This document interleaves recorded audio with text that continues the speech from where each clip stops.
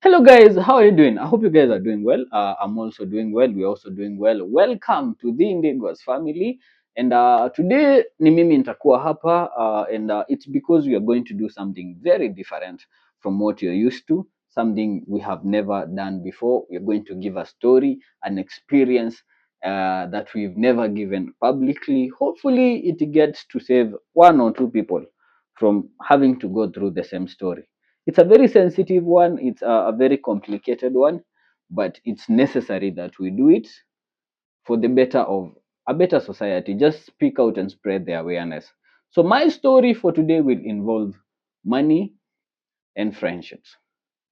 I have experienced money and friendships, and there's one specific money and friendship affair that I want to talk to you guys about. I don't know, just to, I hope mko ready. Are you guys ready for the story? And if you're not ready, kindly just get yourself prepared, get yourself ready, and let us go into it.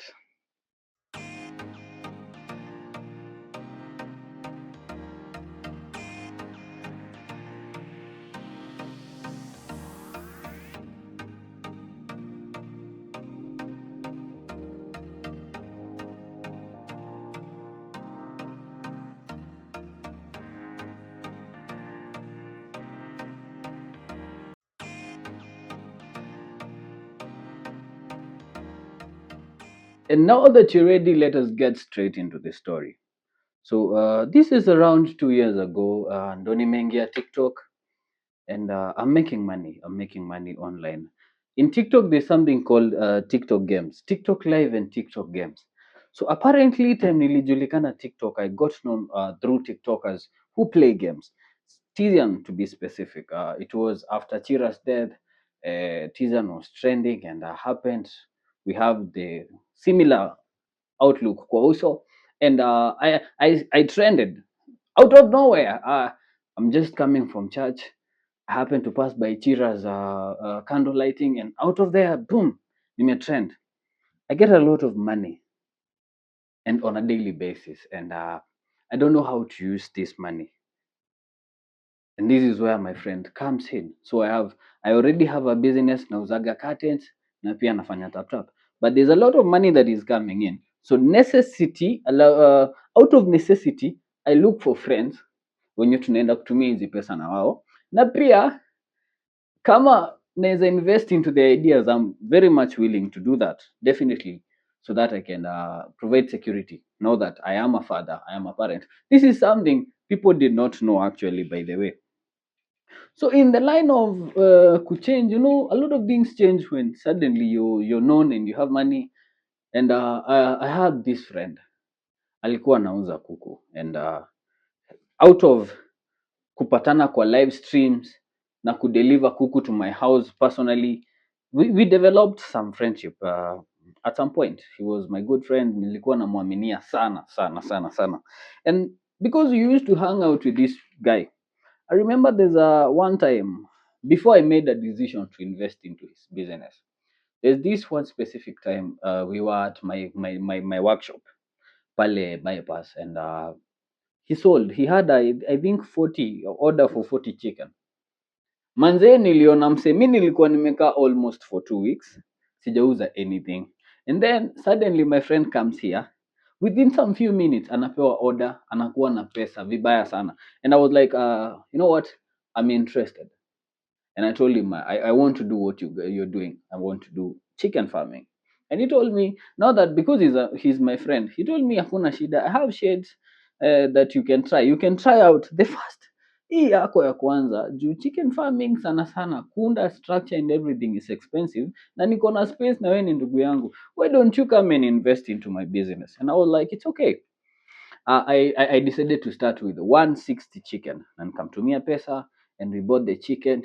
On feeding, normally you're supposed to send chakula zinakuwaga 4,000, and you're supposed to send on a certain sequence. And also this chicken, the most time they could have taken was, according to what he had told me, 1 month and 2 weeks. So I knew within 1 month and 2 weeks I'm getting my chicken ready, and kuuza hizi kuku unapataga umeziuza it's profitable. He was telling me for the 150 nilinunua 150 nikapewa 10 just in case one ikufe, so they usually give you an extra. So hizi 160 alikuwa ameniambia hapa utakosa 75k, and I was okay. That is good money for a month and some weeks.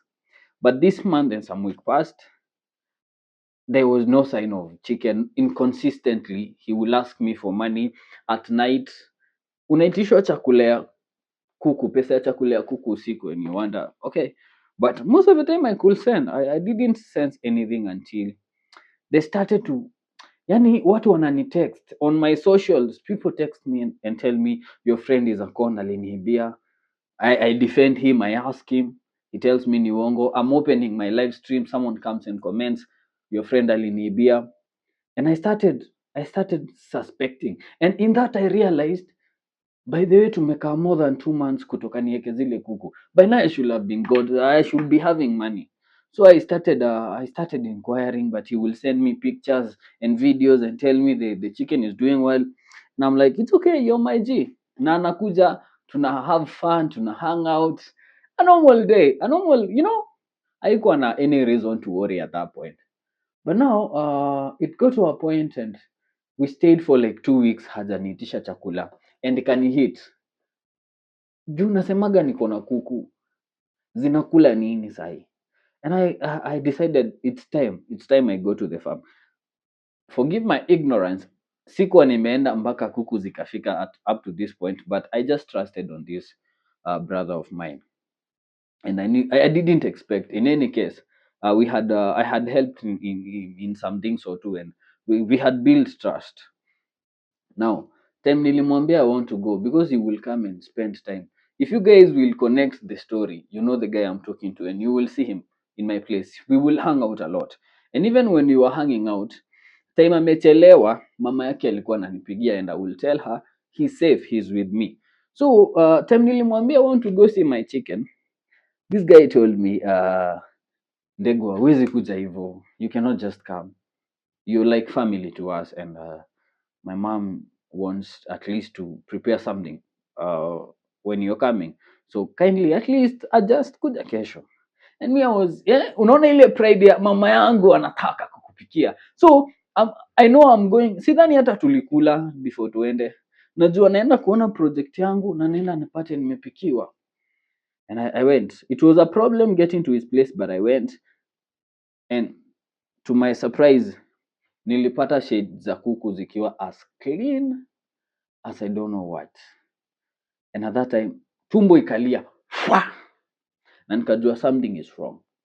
So I started asking him, and he was very defensive. Ever seen someone suddenly be so defensive na anaogopa that I could tell by now, everything is wrong. So he tells me just adjacent to hii nini yenye iko completely empty, kuna ingine yenye imekavariwa na tugunia.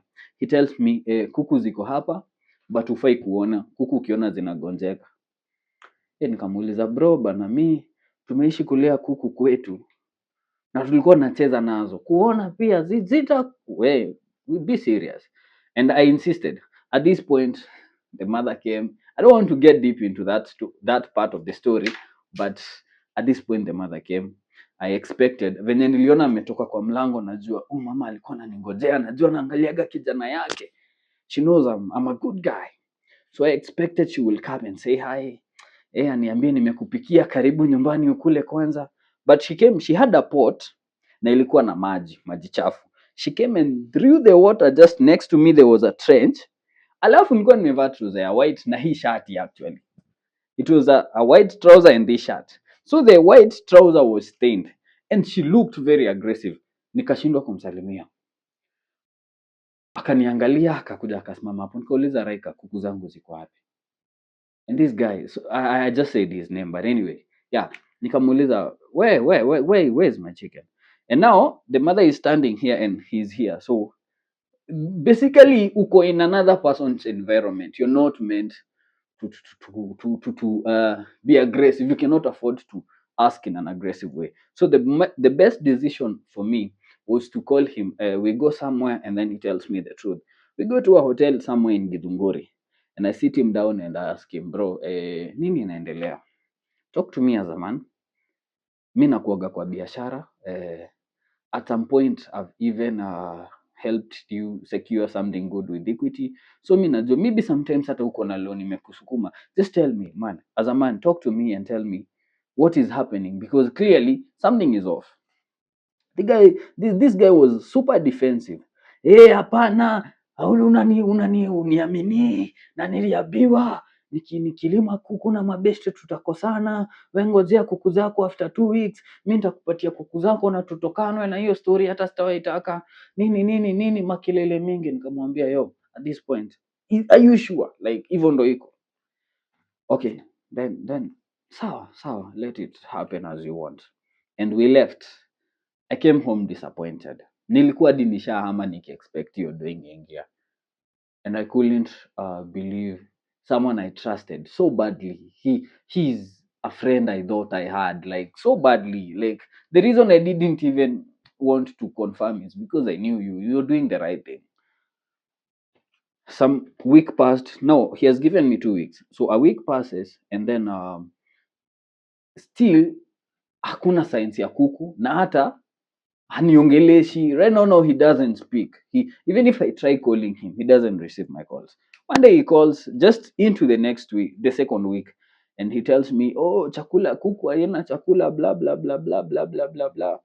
Kamwambia, bro, mi sikuona kuku. Ni kuku gani anatumia chakula? Akaniambia, oh, kama utaki hivyo usahau kuku yako juu itakufa nini. At that time I had money, and I still somehow believed like he's not capable of doing something. I know mtasema mi ni mjinga ama something, but I still believed he's not capable of conning me money. So I sent him money, but I told him one thing: if at all you're conning me, I am going. I think I will attach some of the screenshots here. If at all you're conning me, I will not let you go. And I send the money. 2 weeks get past, 3 weeks, a month, and nothing from this guy. Now totally no communication. And normally it started hitting. Previously time yeye alikuwa anaitisha pesa ya chakula odd hours. You expect mtu aitishe pesa ya chakula asubuhi. Yeye anaitisha pesa ya chakula 8 pm, 7 pm, and then the next day utapata amepost akiwa pahali kwa klabu, enjoying and with a caption, enjoying life with your girlfriends. But hainge hit then. No, it came to hit later on, and I was like, well, I've been played. So I looked for a lawyer. Nikamwambia lawyer, I have a problem, this and this is what happened. And the lawyer agreed to write me a letter to him nikidimanda nilipe. Akaniambia zile pesa umepatia cash, somehow ni vigumu kunini. You cannot substantiate. So get down and come up with the amount. Go through your M-Pesa statement and come up with the amount that you have sent to him directly via M-Pesa. And I got around 36,000, and he was demanded to pay within 2 weeks. Within a week, within 7 days. Actually, he didn't pay, and he didn't act in a responsive way. Akatusi huyo lawyer mwenye nilikuwa nimenini, and story nikakaa nikafikiria, let me give him some time, maybe he will you always you don't want to believe that this, for him to convince me to give him all that money within that time. We had built a very good friendship, and this guy knows all my secrets and everything. So I know he's my brother for real. And time passes, he's not doing anything. Now I have to involve the police. So I go to a police station, and then the police tell me, hii kesi si hatuwezi handle hivi. So ile kitu utafanya, just go to Ruiru, some place, the law courts, and get yourself a legal whatever. Ndo sasa sisi utukuje utupatie tumwende. Nikakuja, I came in Ruiru sometime in August. Imagine, sometime in August, and started a procedure. And then I sent him the form. I thought he will see that legal procedure and then, be like, okay, let me pay. At this time, I have received over 10 complaints from my friends that he has conned them. And I know who I'm dealing with. So he sees the first one, he refuses to obey. We appear on the first court session, he did not come. The second one, I convinced him to come, and then he did not. He was not even aware of what was happening in a court session. So I I told the court that it should give us a week time so that we can meet, and then he will we will agree how to pay. And we met on, I think it was on 14th of September. We met at a hotel in Bypass, and he agreed to pay me an upfront of 15, and then the rest he will pay before the next court session. That never happened. That never happened. At this point, I'm at the worst point of my life. The kind of betrayal I'm getting is, I want you to understand something. The kind of betrayal I'm getting is not only from him. I'm getting betrayal from all over. People that I had lent money, family. There's a lot happening, and TikTok is completely down, down, down. My kazi yangu ya kushona curtain, it's completely down. I have a family. I'm in Nairobi. I don't have any other, and me, I don't believe in the victim mindset.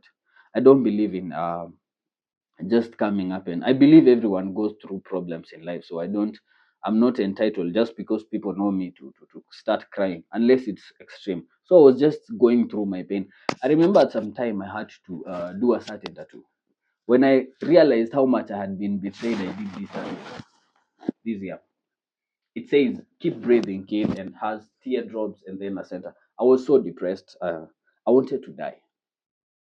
I really wanted to die, and every time my mind was being convinced that I am useless as long as I'm alive. I had messed my life so badly with a lot of decisions that did not work for me, a lot of useless decisions that I should have avoided. But then I still give myself some grace period because I had just gotten a lot of money. I was still young, and I did not know what to do or who to trust and who not to. So huyu jamaa venye alinini, he knew I cannot speak out on TikTok or any other platform. So he knew that he can manipulate me with whatever he had or he knew about me when we were friends. I went into a place that I now I even sent him I sent him three letters from the judicial system. Nothing. Now, sorry, I had forgotten this, but previously, before he agreed to come to the session, he had, I think someone just told him, this is getting out of hand. It's becoming more serious and it might get you into more problems. By now, I had made a video on TikTok and posted about what had happened, and a lot of people. I remember getting over 15 evidences and testimonies that he had stolen from people. One specific that maybe I can give three that stood out. One was of a lady who had sent her mother 4,000 shillings, and these ladies, the mother is from somewhere in Kasarani, and the guy was to deliver chicken. The mother decided, let me buy chicken and cook it for my grandchild, because the lady, the one who bought, the one who sent the money, wanted the mother now to buy food for the grandchild, and the mother decided to order chicken from him. This guy, just at around 8, switches off his phone after he has received the money, and he doesn't communicate. And the mother, the mother ended up giving the grandchild ugali and some milk, and they were very mad, not happy about it. They tried to report the case, but it will take them more money to follow up, so they opted to leave it at there. There's another guy. He sells meat at a butchery, and apparently Reka was delivering chicken to this butchery. So they had developed, one of the things this guy uses is, before he cons you, he will bring you close. So he had brought this guy so close that one day he just wakes up and tells him, hey, just send 10 kgs of pork to a certain location, and then I'm going to send you the money. And after the guy sent the 10 kgs of pork, he never receives the money. He's blocked, and he has to pay. He has to pay for. He called me. That guy was. He had a lot of pain. He had a lot of pain because he had to pay. That money had to be cut from his salary. Now imagine msi anafanya kazi kwa butchery, alafu anakatwa 10 kgs ya pork, and not to no, there's others. Money is received by a number that is registered under the mother, and then suddenly after the mother receives the money on behalf of Raika, no communication at all. And all these stories were painful stories. And because he had done that to me, and I was the one who had introduced him to some of these people, I felt I felt really bad about it. And I talked to some few people. I consulted some few people, and we agreed. Let us just call this guy and tell him how serious this matter is. I remember he agreed to meet, and we pay, and we met and signed an agreement. The agreement was he was to pay the amount in three batches, and then he will also work towards at least paying some of these major cases that he had conned. But after meeting and him sending me some of the money, he never honored anything. He never honored his own agreement, and that stood out in the court session later on. This guy just assumed everything and just moved on with life. At this point, no, the guy is one thing that he used really much on me was to manipulate me. Once a person has been your friend for the longest, they know your deepest secret, and there's a lot of unpleasant things that fame and easy money will get you to doing. And most of the time you're doing this with your friends. So he had a history about me that I didn't want anyone knowing about, so he will easily keep me quiet. And it was a point that I had decided to just live my truth. I had decided to just sit down, structure my life. I told God, if God, I know you didn't rise me up so that I know God, you didn't raise me up so that you could leave me, and your grace is sufficient. So I was praying to God for a renewal of energy. Nothing important is happening in my life, not just the money and the friend. Also, there's a lot of chaos. There's a lot of chaos. I remember sometime I really wanted to die. I was depressed. No one knew my pain. You've just come from getting a lot of money to completely nothing, and all the friends that were with you when you had money now do not want to see you. That space, I think people should talk about the face after fame. Fame comes and it gives you a name and some money, and then soon enough the fame just goes, and then you're left with no money and no fame. You're hungry for money, you're hungry for fame, and a lot of things are not going in the right way. Imagine a scenario where I don't even have food, and almost like five people are in my inbox asking me for some help.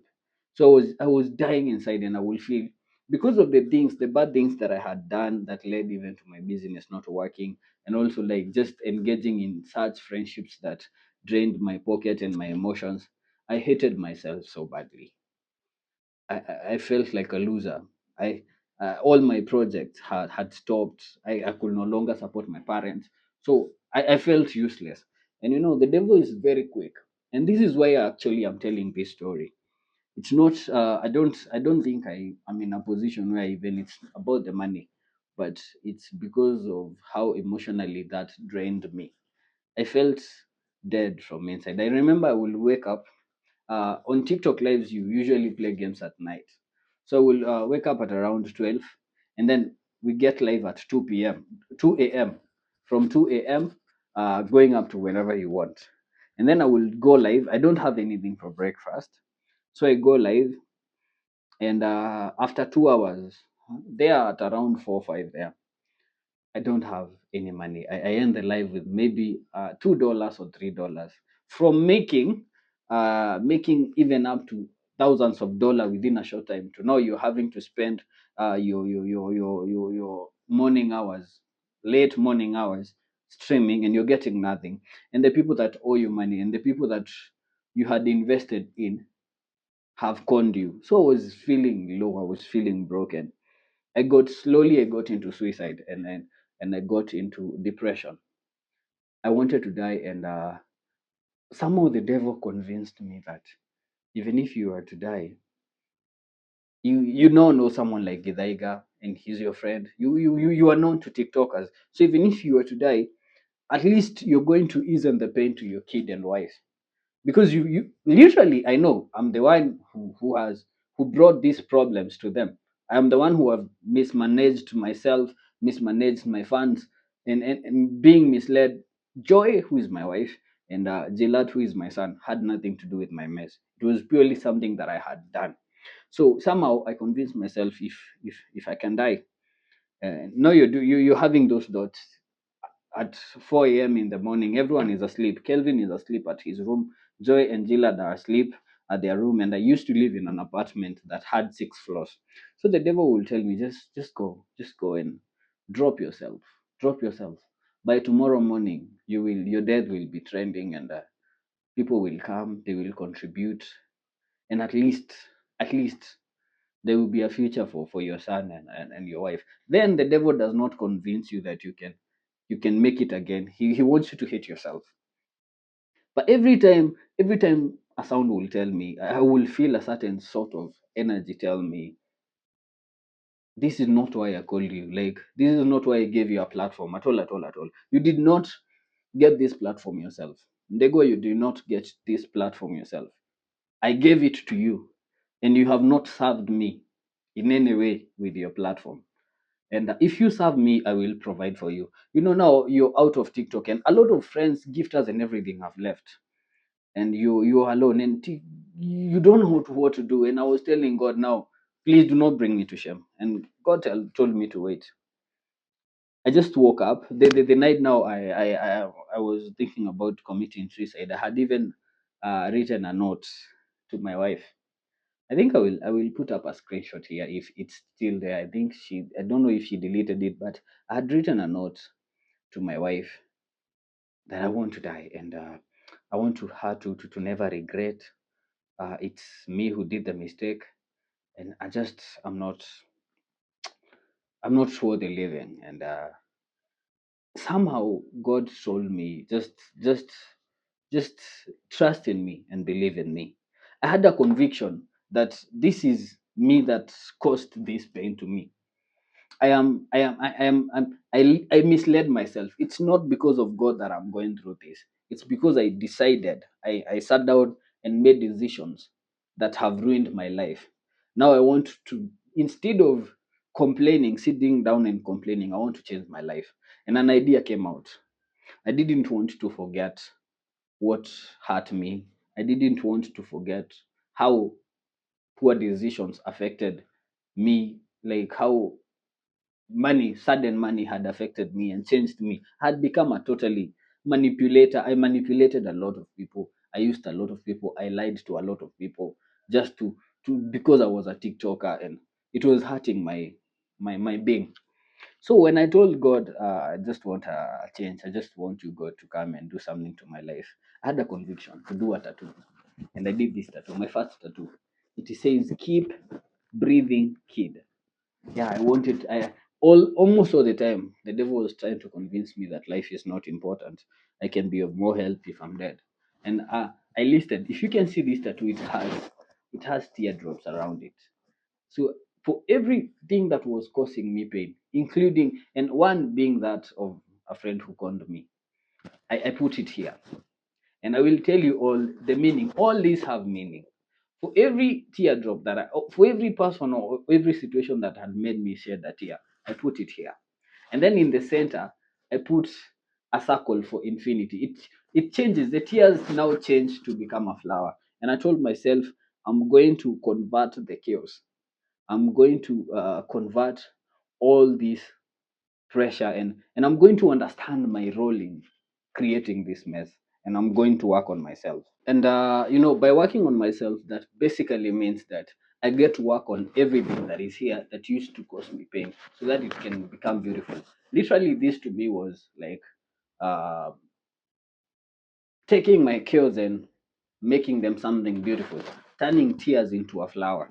And all these teardrops here, every teardrop has a meaning. There's one that is because of betrayal by friends, betrayal by family. There's how I suddenly got into alcohol and a lot of drugs and messing around. There's infidelity. There's a lot that had come into place. I came to realize it was just not one thing. It's not even betrayal from the friend that was causing me all to be in this place. I had this manipulation. I had gained a lot by sometimes manipulating. You realize on TikTok, if you want to get a lot of gifts, you have to forge unrealistic relationships. And I had found myself people that had came to my life not as gifters, just to support me. I had intentionally turned them into money machines. Like I only needed them when I was playing a game. I had turned people who were supposed to be family, who were supposed to be my friend and my mentors, into money machines. And whenever they saw me, they saw the need, to just milk from them. But I realized it was not too late. The God that had lifted me up, He just wants me to work on myself. He just wants me to know what really happened. And I will speak. If you guys are interested, I will speak on every single teardrop that is on my chest and its meaning. So I started the process of working on myself, and by this time, by God's grace, I had walked my wife into whatever was happening. She was heartbroken. She was, you know, if you guys know me from TikTok, you will know I had stayed for a very long time without revealing my wife. Actually, it's shocking. Now, let me tell you the truth. During that TikTok tenure, I was with my wife. Actually, we started dating way before, and we were even pregnant way before. I got famous on March, and then we got our son on April, so early April. So that means we have been together in a very happy relationship. But suddenly, when you get to TikTok and you get fame, you stop viewing what is important as important. People came to me and told me, like, if you say you have a wife and a kid, you're going to lose your gift, as you're going to lose. A lot of people are gifting you because they want you, which is a very bad lot of it. That made me lose a lot of good people. And I hid my wife in this sense still. I will go and post with a lot of girls outside there, and I will convince my wife that I'm doing it out of content. But I didn't understand the kind of pain that I was causing her. I I I neglected my. I remember I will get very angry when my son cries when I'm doing a live stream, because probably I'm going to lose some gift or two who have told them I don't have a girlfriend. And when once I worked on this, once I started working on these things, I've seen a lot of change. I've become more intentional.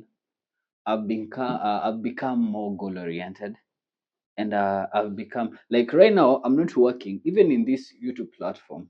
I'm not expecting to gain 1,000 followers in a day, but I'm believing with time and consistency, and you're going to be seeing more of this kind of content from me, educative, encouraging contents that show life as it is. Even with even the guy talking about the guy, he's actually, no, we skipped into another whole different story.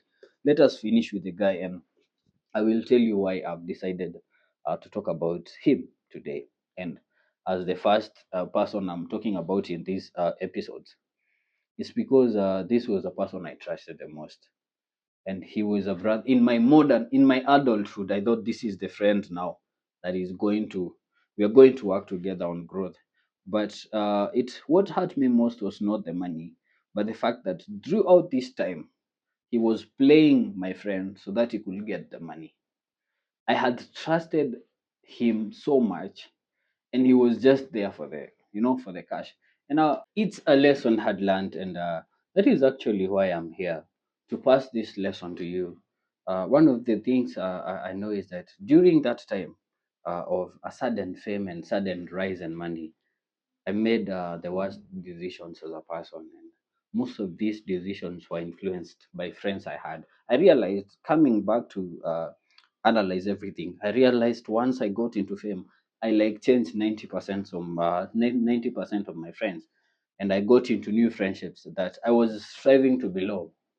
Most of the time, I was in clubs. I really did not want to be there. I just wanted to belong, and that meant I wanted to be noticed. I was there, so I spent most of money buying recognition, and I abandoned the most important and the most noble things that I was supposed to do. I was supposed to take care of my wife. I abandoned. Actually, I was hiding her like she was an evil spirit. I was supposed to take care of my son. I didn't want things to do with him. And during that time, actually, we had a really bad relationship with my son. He will not play with me. I will hold him and he starts crying. But once I got intentional and I realized in life, and this is the lesson I'm passing, as much as in life it's very important to be very decisive and, when you're choosing a friend. I also realized that in life you have to when you're having in life, when you're having people around you, not everyone wants the best for you. Some people will spend years, some people will spend months. That friend of me spent almost a year plus confirming to me that he was important to me and he was a friend to me, only for the right time to arrive. And that was not supposed to end at there. I only realized early enough. And this is just to caution a lot of you people. When you get, sometimes when you lift, God lifts you up. Stop. I don't know, I wanted to belong. I wanted to, stop just allowing every energy into your life. The moment I introduced that friend to my house, I introduced a calamity. I introduced a bad habit. Me and him, whenever I was around him, we had very costly habits. And apart from that, he ended up even conning me. Once, once God puts you in a place, don't introduce every energy into your life just because I just wanted to make money, and then I end up creating a bigger mess than I was in. I'm happy. I'm thankful to God that I'm now very much into good shape mentally, emotionally, spiritually. I feel like I'm way a better person who is goal oriented and working on building something more tangible. But the reason I came here is because I cannot. I believe God has a purpose for me, and in that purpose is to share things that will uplift people, not just make you happy as a creator, but also give you insights that, I was once a forex trader. Like, what if just started telling you guys how we used to do it, how maybe it will help someone. I was once a writer. I used to do online writing. I was once a hawker. There's a lot of things that have happened. I'm a young parent. How are we managing up to now? We've gone through such a crisis. How have we built, and how have we managed to stay together even throughout the storm, and manage such a, right now we are a very happy family, manage such a happy family. I think I will come, and it depends on what you say on the comment section. If you have gotten to watching this video up to this point, kindly go to the comment section and tell me if you want the next episode you want. I will come here. As I have said, I will give you guys a story about all this because it happened when my life was on a critical moment. Anyway, guys, thank you so much for listening to me this far. My heart feels lighter. I feel better that I've had the courage to speak out eventually. And I hope that this becomes a beginning to something new and something beautiful. Otherwise, bye. Fatane badai.